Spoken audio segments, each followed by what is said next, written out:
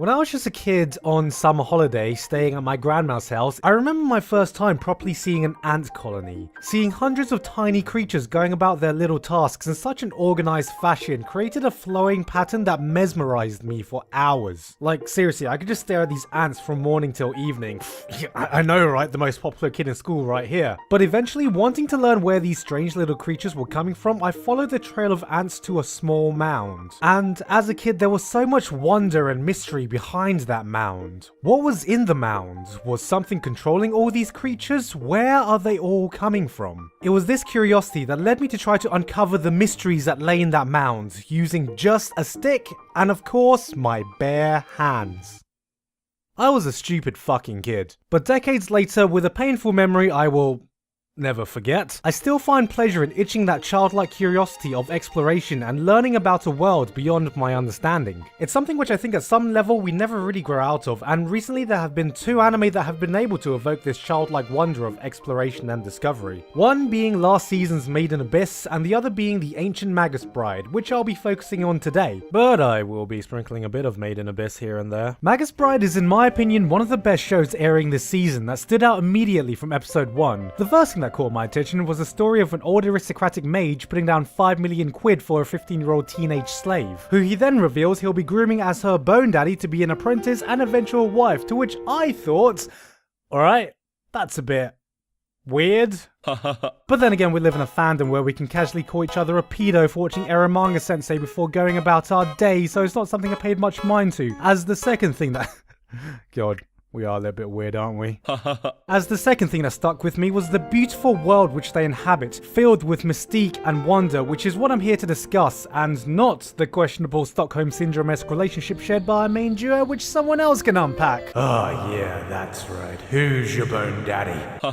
The world that Elias resides in, this magical world of dragons, fairies, and phenomenon that induce that sense of awe and wonder, which comes with living in this enormous place of mysteries, beauties, and terrors. These shows make a world so compelling that it's just a joy to inhabit and explore them, from a third-person perspective viewing it at least. And in this time of the same old tiresome JRPGs, MMO, fantasy settings, did someone say transported to a fantasy world? Koro Yamazaki, the original mangaka, has managed to craft a world that not only feels fresh but somewhat familiar too, that we actually want to explore and learn more of. But how does she do that? One of the first things you may notice is the amazing attention to detail that's been put into the setting and its environment, and this can be seen right from episode 1. Hold on a sec, they're eating fish and chips with shepherd's pie here? And aside from this grossly inaccurate use of American bacon, that's actually a proper full English breakfast. Are they about to go to the nearest Spoonies to grab a burger and pint? And this is the actual proper seat patterns you see on a British train. And you may think it's stupid that I'm in awe that they got the pattern of a fucking train seat, right? But it's these small little details that make this world feel real and unique. Because what would stick out like a sore thumb is having an English setting with a traditional British cottage and some chick laying down a piece of onigiri or some shit. Or even worse, seeing some madman putting a tea bag in a mug after they've poured the water. Jesus fucking Christ. The small things can mean a lot, and the same level of attention and care was given to the fictional part of the world too. See, magic and fantasy is not new to anime in the slightest. Some may even say it's become kind of oversaturated recently thanks to the abundance of shows with characters being,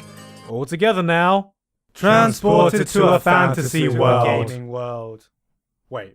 Which if you've seen my video on Isekai, you should be an expert on right now. And as mentioned there, this new trend has swept over the fantasy genre in anime, causing countless titles with a grounding in JRPG and MMO fantasy games. So much so that we rarely do see anything new or peculiar that really surprises us anymore. It's like the term fantasy in anime now means that we are hard stuck in some medieval themed town full of your usual NPCs playing that same chirpy RPG soundtrack loop from your nightmares, with every major character fitting into one of your usual basic classes of sword wanker, magic wanker, healing wanker, priest wanker, bandit wanker, and tit wanker, with even the magic itself being something that we fully understand. You have your typical elemental spells, fire, ice, and wind or lightning attacks, a summon, mana pools, healing spells, buffs, and debuffs. It's something that's become oddly familiar, either through our familiarization of the games that have inspired them, or through the sheer number of titles out now with this concept, which means that no matter how good the story is, or new interesting spin they put on the characters, the world themselves have gotten stale. Once we start getting familiarized with all the aspects of these worlds and the systems of magic that govern them, what should be unique features within these settings for us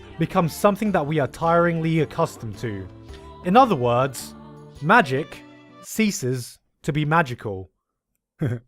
Did you like that line? I like that line. In complete contrast, Magus Bride takes inspiration from all varieties of mythologies and manages to blend them into a coherent setting. A world with fairies, dragons, magical libraries, strange giant rat creatures. Kori Yamazaki is obviously a big fantasy nerd as she tries to throw in as many little references as she can. For example, for the term slay beggy, we can find the origins of the term as so. Slay beggy. Sleigh bells. Santa Claus.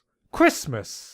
The Nativity, Jesus, Jesus's father, Joseph, Joe, Joestar, Joseph Joestar, Jojo. This is a motherfucking JoJo reference! Sleigh beggy is actually a reference to some really obscure Celtic folklore, where sleigh beggy is a type of fairy, and when you meet this character, what was her name again? Titania? You know, the Queen of Titty Fairies. The Queen of Fairies. My save. She mentions her world of Tir na Nog, which is from Irish mythology, a name for the other world, a supernatural realm of everlasting youth. And these are just two of many that, as someone who is not too deep into fantasy like myself, it would take a lot of time to research and unpack, but you can tell how much love and care she has put into this world. The origins of a lot of these myths and tales are stories that were conjured up long ago to explain things that people did not understand at the time, and this is the exact feeling the show gives off. That's right, boys, my main man Magus Bride is bringing the magic back into magic. There are aspects about the world that are just delightful, which comes from the stories held there. One that really sticks to mind was the story of an old dragon, and honestly there's not even much of a story there. We just learn that when dragons die, they turn into trees, and we meet an old dragon close to his deathbed with a bunch of kid dragons innocently cheering him on to pass on so that he can become a tree. And you're just like, wow kids, don't you just have the most delightful view of the acceptance of our own mortality and the grim inevitability that is our death? But then that leads into this beautiful scene that encapsulates the true awe and beauty in this world of this magnificent creature passing on that is just... Did I just cry over a fucking tree? Alright kids, you are right. Why don't we all just die and turn into magnificent trees? The story of this dragon is something very simple, but it was just such a delight to see this one aspect of the world. It's comparable to some of the beauty we get to see from documentaries of our own Earth, and this is just one story to be told within this setting, which brings me to how the show makes it such a joy to explore the world, and it all boils down to one thing. Mystery. Shopper.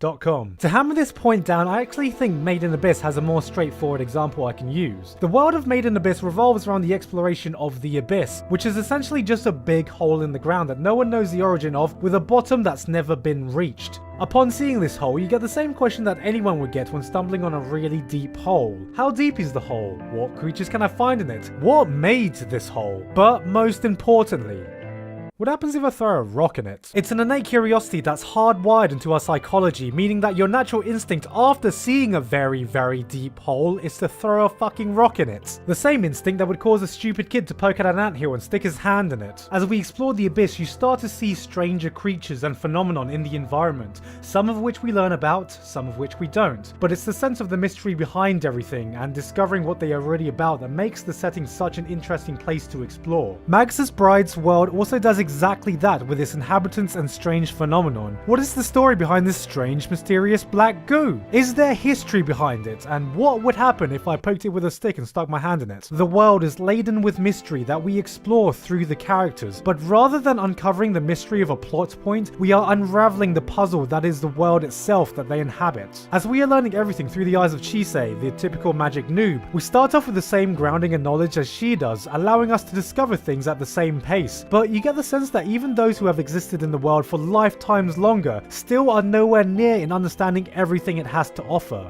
Details are mentioned that are never explained, characters have rich history that are only implied at, and rarely do we get some kind of exposition dump that explains exactly everything that we see. We are only given the information we need to be given. It doesn't feel like a world that was created for the purpose of taking us through an adventure. It's one that simply exists and has existed for a very long time. One that we cannot fully explore, filled with features nobody may ever really understand, like our actual world and universe. We are not meant to be able to comprehend everything, as the phenomenon are bigger than any one person. And while Made in Abyss uses this concept to effectively build a sense of dread through its Lovecraftian horror, Magus Bride uses this to craft a location that feels like a living, living, breathing place beyond our understanding, which would just be wonderful to dwell in. All this builds to create the mesmerizing atmosphere that Magus Bride has, one that really encapsulates what fantasy should be like. It feels magical, it feels delightful, invoking a sense of awe, and it's not just something that's exclusive to the anime. Many have argued that the manga has done an even better job at crafting that rich atmosphere, which I should probably mention is on Bookwalker, links below and details coming up, but from what I have read, it's also impressed me greatly. I mentioned during my first impression that I was waiting for that hook in the plot, but the more I watched, the more I realized I didn't need a hook in some plot point to grip me. What kept me coming back was just wanting to see more of the world, because that is the magic of experiencing a new world. And a new world doesn't necessarily have to mean an entirely fictional one, an alien one, or a fantasy one that is beyond our imagination. It could just mean a world outside the one you are normally exposed to.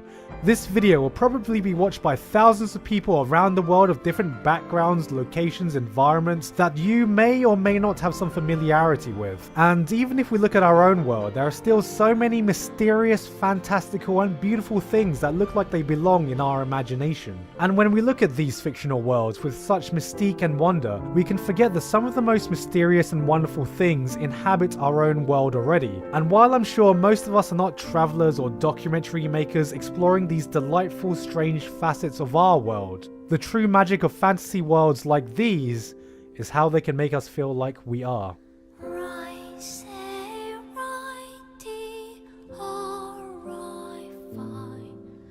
If the world of Magus Bride sounds like something you'd like to explore aside from just the anime, you can always read ahead in the manga, which I do highly recommend, which you can do so on Bookwalker using coupon code GIGUK for a discount. No giveaway this time, I just wanted to talk about a great title. They are doing a giveaway for Spice and Wolf stuff right now though for the new series that just came out, so if that interests you, you can also enter by buying the new Spice and Wolf book. Again, same coupon code, same discount. But anyway, that's it from me. I've been Giguk and I will see you all next time.